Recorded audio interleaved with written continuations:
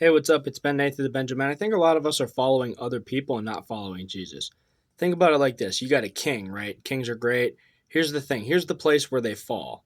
Other people. Kings would bow down to the people to get their support. They would do whatever it takes, right? So this is where people fall. They fall at the feet of other people. We all want to be accepted. I mean, God said it himself in Genesis, it is no good for the man to be alone. But he didn't say that the man would be consumed by the woman or that the woman would like cause the man to follow her everywhere or whatever. It could be the other way around, however that works. Like, this is not what God's intention was. We're not supposed to follow one another. We're supposed to have one another as we follow God. But that's not how it is at the local church. I feel like we make a lot of mistakes. I mean, think about it. Really, even mighty kings bowed down.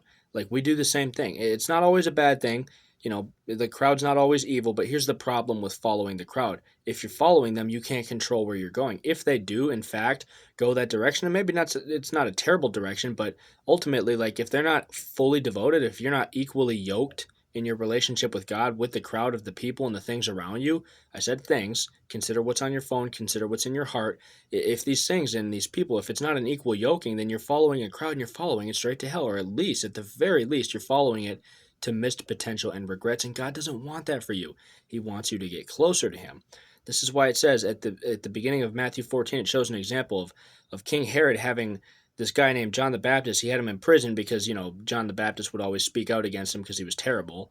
But Herod liked listening to John. He actually respected him. He didn't want to have him, killed or anything. But the people around him made him do it. And here's the thing, Herod was in charge of those people, but they all pressured him. And they were pressured. Just one hit, just one time, you want to fit in. And Herod did what was wrong. And it might be the same thing for us with the crowd.